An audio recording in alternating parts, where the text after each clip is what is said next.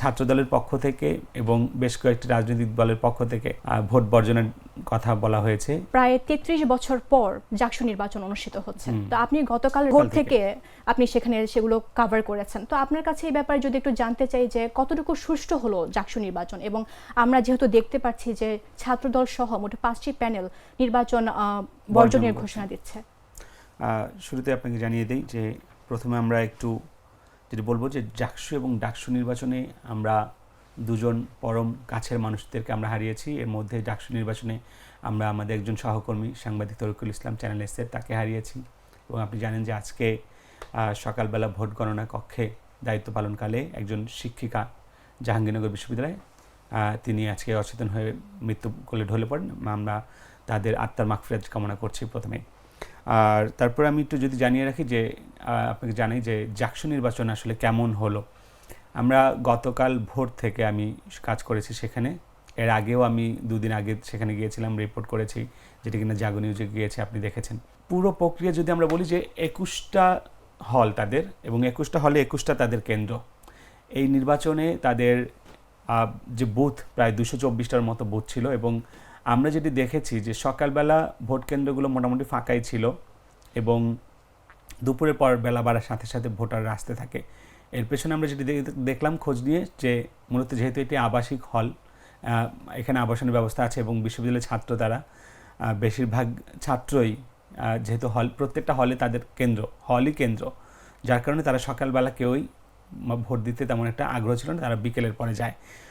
এবং সুষ্ঠুর বিষয়টি যদি আমরা বলি যে প্রত্যেকটা ভোটারের সঙ্গে কথা বলেছি, যারাই ভোট দিয়েছেন তারাই বলেছেন যে কোনো রকমের কোনো বাধার সম্মুখীন হয়নি বা কোনো ভয় ভীতি প্রদর্শন করা হয়নি।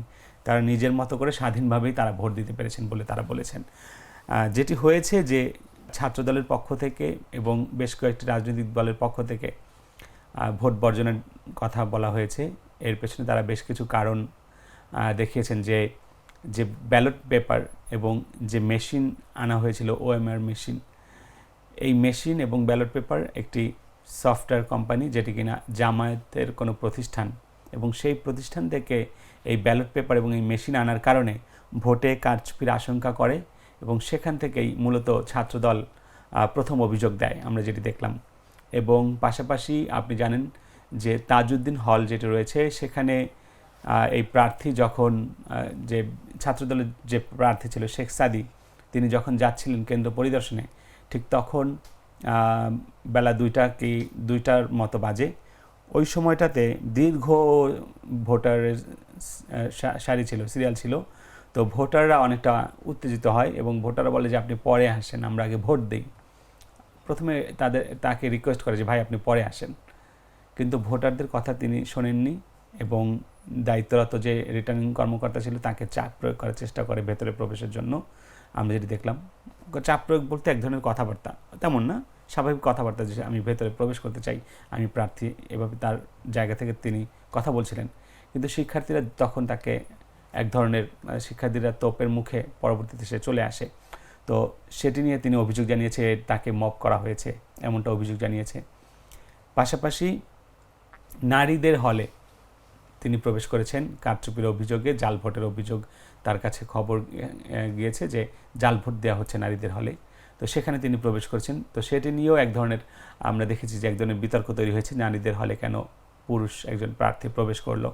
তো সব মিলিয়ে আমরা যদি বলি যে আমি যতক্ষণ ছিলাম সন্ধ্যা পর্যন্ত, আপনি জানেন আমি প্রায় সন্ধ্যা পর্যন্ত ভোট গ্রহণ এবং ব্যালট বক্স আনা পর্যন্ত আমি যতটুকু দেখেছি, আমার সামনে এই নির্বাচন সম্পূর্ণই কিছু ভুল ত্রুটি বা বিচ্যুতি ছাড়া, যেহেতু আপনি জানেন যে 33 বছর পরে জাকসুতে নির্বাচন হচ্ছে, স্বাভাবিকভাবেই শিক্ষার্থীদের মধ্যে উৎসাহ উদ্দীপনা ছিল, শিক্ষকদের মধ্যে এক ধরনের আনন্দ ছিল, উৎসাহ উদ্দীপনা ছিল, এবং পুরো ক্যাম্পাসে এক ধরনের উৎসব ছিল।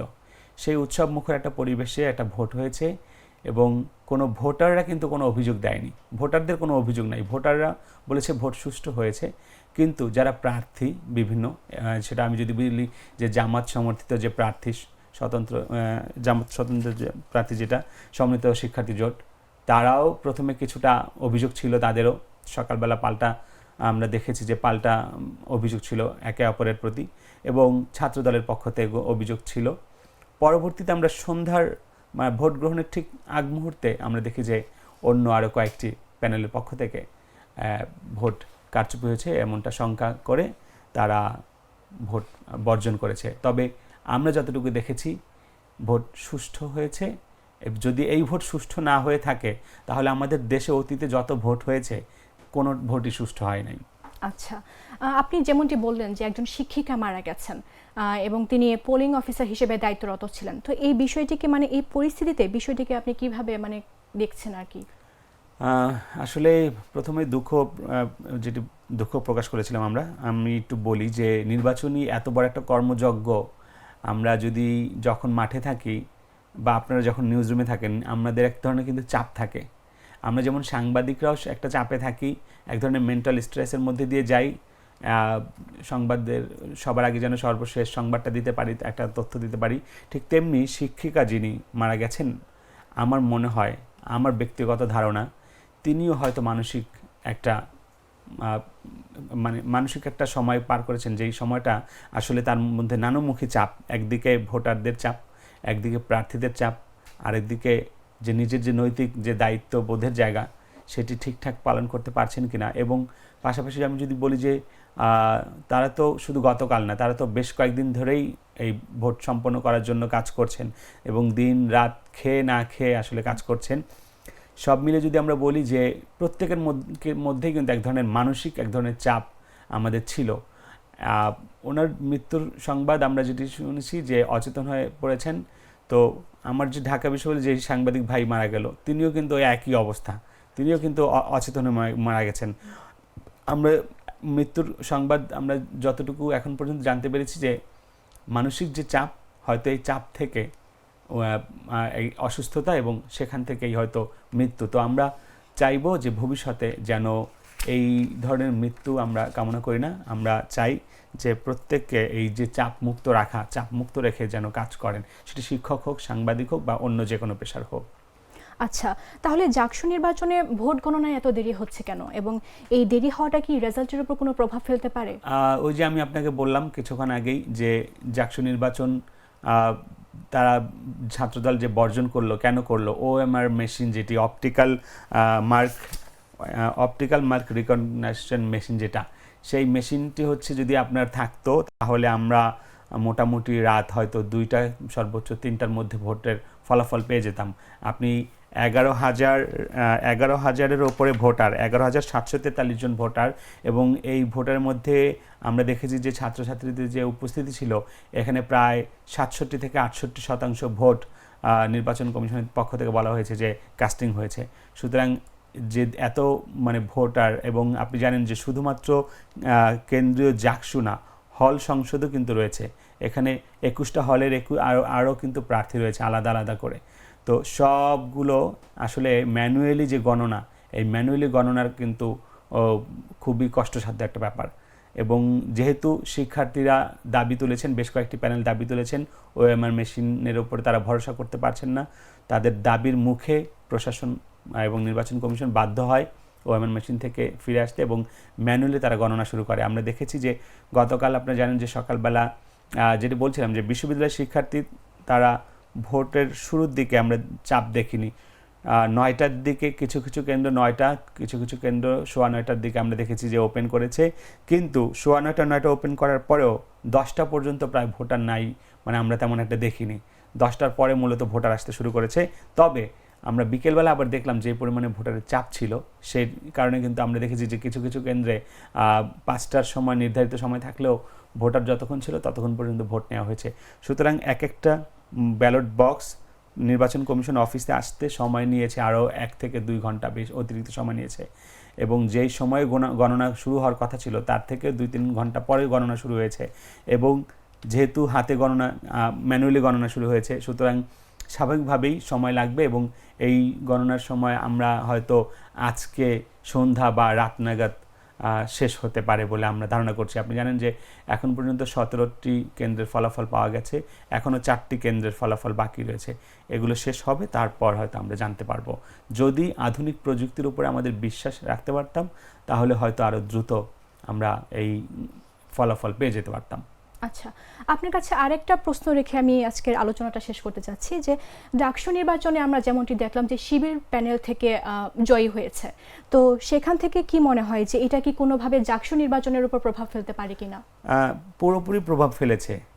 সেটা হচ্ছে যে আপনি জানেন যে 9 তারিখে যে ঢাকা বিশ্ববিদ্যালয়ের যে নির্বাচনটি হয়ে গেল, ডাকসুর যে নির্বাচন হয়ে গেল, এই নির্বাচনের পর বিএনপি এবং বিএনপির এই সহযোগী সংগঠন ছাত্রদল তারা কিন্তু এক ধরনের মানসিক এবং রাজনৈতিক চাপের মধ্যে পড়ে গেছে।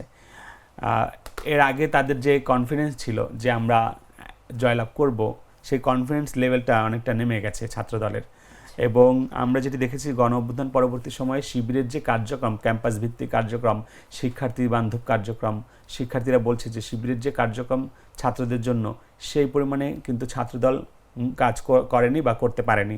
তারা মূলত তাদের যে মাদার যে রাজনৈতিক দল, তাদের বিভিন্ন প্রোগ্রামগুলো সম্পন্ন করলেও ক্যাম্পাস ভিত্তিক তাদের তেমন কোনো প্রোগ্রাম প্রচারণা বা শিক্ষার্থীদের সঙ্গে কোনো বিভিন্ন যে আয়োজন, সেসব আয়োজন আমরা করতে দেখিনি। আমরা কিন্তু দেখেছি শিবির ঢাকা বিশ্ববিদ্যালয়ে বেশ কিছু আয়োজন করেছে বিভিন্ন, আমরা যদি বলি যে ঈদের মধ্যে বা এই যে গণ অভ্যুত্থান যে গেল 5ই আগস্টকে স্মরণ করে বেশ কিছু আয়োজন কিন্তু শিবিরের পক্ষ থেকে করা হয়েছে। এতে করে কিন্তু শিক্ষার্থীদের মধ্যে শিবিরের সঙ্গে একটা বন্ডিং আরও বৃদ্ধি পেয়েছে, যেটা কিনা ছাত্র দলের পক্ষ থেকে হয়নি। এবং ছাত্র দলের যিনি আমি কথা বলেছি জাহাঙ্গীরনগর বিশ্ববিদ্যালয়ের যারা শিক্ষার্থী, ছাত্রদলের যিনি প্রার্থী ছিলেন, তার সঙ্গে আসলে তাদের ব্যক্তিগতভাবে তেমন কোনো পরিচয় বা সখ্যতা নাই, 2-1 ছাড়া। তবে তার চাইতে যে বৈশাখী জিএস প্রার্থী, তার সম্পর্কে আমরা দেখেছি যে তাকে অনেকে চিনলেও এই শেখ সাদিকে অনেকেই চেনেন না। এটি একটা কারণ। এবং ঢাকা বিশ্ববিদ্যালয়ে শিবির জয়ী হবার পরে সেই জয়ের ধারা এখানেও অব্যাহত থাকে কিনা, এই যে একটা চাপে তারা যে সকাল থেকে যে দৌড়ঝাঁপ শুরু করেছে নির্বাচনে জয়লাভের জন্য, আসলে এই শেষ সময় এসে ওই দৌড়ঝাঁপ খুব বেশি একটা কাজে লাগেনি। লাল সবুজের দেশে নতুন রঙের বেশে ঘরে বাহিরে সাজানো বলকে রেইনবো রেইনবো রেইনবো পেইন্টস রে সাশ্রয়ী দামে দেয়াল রাঙায় রেইনবো সবার রং সবার ঘরে ঘরে rainbow Rainbow Paints, the color of joy.